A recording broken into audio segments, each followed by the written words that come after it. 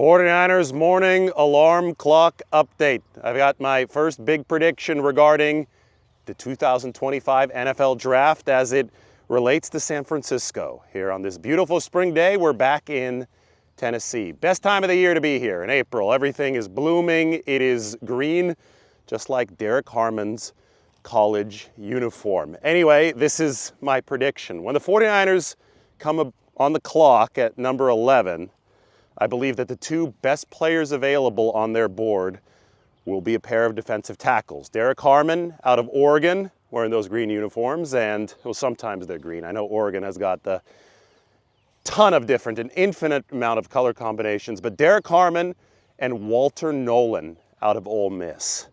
And if that's the case, which one of these two players do the 49ers pick? Because they're quite different types of players. Harmon led the nation in pressures last year amongst interior defensive linemen. He had 55 pressures, 12 more than number 2. But he had a missed tackle rate about 25%. He's not a good finisher. He's going to have to work on that part of his game. And, you know, the 49ers, I talk so much about this big hole at defensive tackle and about the biggest weakness of this team in 2024. It was the run defense. You would think that they might want a defensive tackle who's more of a sure thing as far as plugging the run, unless they think they can develop somebody like Derrick Harmon into that type of player. It's worth mentioning that Harmon, when he first entered college for another team that wears green, Michigan State, darker green than this grass, but he was at Michigan State first, he's from Detroit, was 350 pounds as a freshman. So he had to rework his body to get it down to the 6'4", 310, maybe up to 322 at his pro day, but still significantly lighter. He had to rework his body to get it to this taller 6'4", pass rushing mold. So, I mean, the fact that he naturally did carry more weight earlier, maybe that means that he'd be able to pack on some weight and maybe redefine it to be a more effective run stopper in the NFL level. Maybe that will be possible. That's all going to depend on the 49ers evaluation of him. And I think they've gotten a close look at Derrick Harmon. They were out in full force at Oregon's Pro Day a few weeks ago. A lot of good prospects there, including Jeffrey Bossa, the linebacker, Ferguson, the tight end out of Oregon. I mean, it wouldn't shock me if the 49ers picked an Oregon player, but I think that the best one on their list, or Josh Connerly Jr., can't forget about the offensive tackle, but the best one on their list might be Derrick Harmon, given how he just wreaked havoc from that defensive tackle position. In fact, if you look at the body mass and havoc rate chart, where you want to be on the right side, right, the more havoc that you wreaked, which is tackles for loss, sacks, you know, all these disruptions, the further right you are on this chart, it was Derrick Harmon out of these draft prospects at the far right alongside Walter Nolen out of Ole Miss. Now, you can argue that Walter Nolen is a more ready-made player to deliver in a multifaceted way at the NFL level. Somebody who could shoot the gap and finish against the run.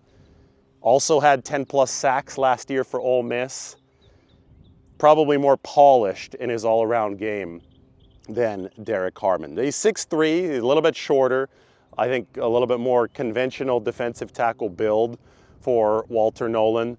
And somebody who, I mean, there have been talks about him being a polarizing prospect as far as maturity goes. There's nothing really overtly negative on his track record. So you hear some of these whispers from the scouts and you wonder, well, what exactly does this mean? And the 49ers have had their chance, and they will have their chance to finish these evaluations here over the course of the next several days to see if anything would be a deal breaker for them. But you put on the tape, especially from last year of Walter Nolen working for Ole Miss, and you see a player that would immediately improve the 49ers' interior defensive line. Now, there are so many more positions that they could go to, right, with this first pick at number 11. I am just simply looking at best players available when the 49ers are likely to pick. And the one issue with this draft, that's the most overt issue of this draft, is that it is not particularly top heavy. It's more, the meat is in the middle of this NFL draft, right? So when we look at blue chip elite names, there aren't a whole lot of them.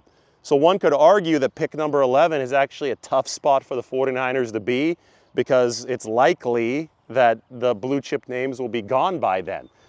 That said, that's based on outside evaluators' opinion of this draft. There could be a guy who's not considered, a consensus blue chip prospect that the 49ers really believe is a blue chip guy that they'll be happy to take at number 11. We never know how the teams are actually thinking until the draft actually happens. But based on the consensus outside look, the 49ers may be just on the outside or on the fringe of blue chip pick territory, even though they're picking higher at number 11.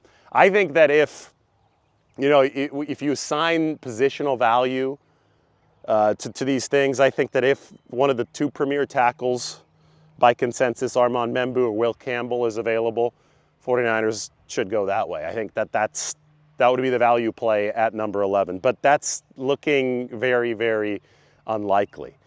This defensive tackle draft class, on the other hand, is extremely deep, but it's so deep that maybe your best value play isn't defensive tackle at 11, even if Harmon or Walter Nolen are available and they are the best players available on your board. Maybe San Francisco is so dead set on taking a tackle in this draft, and since we're on the topic of green and we're talking about Oregon players, maybe Josh Connerly Jr. has got a first or second round grade. Maybe that's the way that the 49ers go. There's so many different angles that the 49ers can attack this from, and here's the way that I describe the draft, because everybody's like, well, what will the 49ers do? It's, guys, are you trying to predict the 11th play of a game a week from now or several months from now when people were trying to make these predictions several months ago? That'd be completely foolish, and I think it's completely foolish to be hung up on exact predictions far down the line, 11 picks down the line for the 49ers, because so much can happen, and they have to be on their toes entering this event. They have to be able to read and react based on what happens before them, who's on the board when they come up. I don't think that a trade down is going to be as easy as a lot of people want it to be, just because of the dynamics of this draft. If the meat is in the middle of this draft, and a lot of teams are going to want to trade down, and if a lot of teams want to trade down, it's going to become harder for an individual team, a single team like the 49ers, to trade down. So, all these dynamics are going to be at play once this starts on Thursday, and I think that we just have to treat it as a game. We have to sit back and we have to look at pick by pick how it's going and how the 49ers are going to react, because they're not at number 1, they're not at number 2, they're not at number 3. They're down at number 11, and they're going to have to deal with who's available once they come to pick at 11. But my prediction is that the best players available on their board at number 11, not necessarily the picks, but the best players available on their board, will be Derrick Harmon and Walter Nolen. What the 49ers do with that information, with that availability, if it does come to fruition, remains to be seen. That's why we like the NFL draft. But perhaps the spring green here in Tennessee is a hint.